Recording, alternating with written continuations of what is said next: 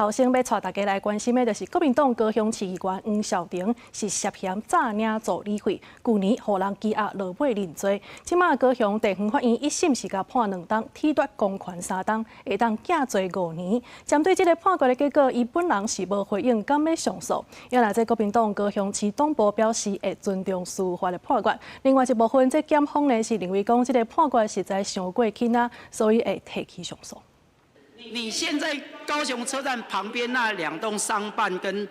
这个未来的旅馆，怎么会有人来经营呢？国民党高雄市议员黄孝庭去年9月涉嫌用人头助理加薪官报的方式诈领助理费，去福建调超催羁押2个月。交保了后，第一摆登来议会质询，这个案件经过2个月侦办，高雄地方法院30下晡一审宣判。 因为黄孝庭承认犯罪，主动缴过不法所得1455万，按照贪污治罪条例合并判刑2年，褫夺公权3年，缓刑5年。依公务员利用职务机会榨取财物等罪，判处应执行有期徒刑2年，并预支缓刑5年，以及应向公库支付新台币150万元及提供240小时之义务劳务。 针对判决结果，初一早起来到黄孝庭的服务处，虽然服务处是正常运作，不过黄孝庭人无伫咧，敲电话嘛无人接，因此也无法度得到本人的回复。因为目前是一审判决，如果黄孝庭佫继续上诉，目前机关身份暂时未受到影响。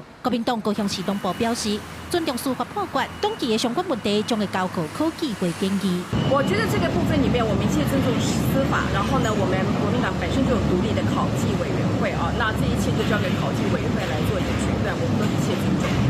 因为黄孝庭若无搁上诉，唔乃失去议员身份，当然后届议员也无法度参选。因此地方认为上诉的几率真大。而若是落尾维持原判，按照地方制度法，黄孝庭将失去现任议员资格，5年内也未当参选。身为3连败议员，黄孝庭若是提出政单，恐惊影响到拿赢的高雄议员布局。记者柯家族、邱朝阳高雄场报道。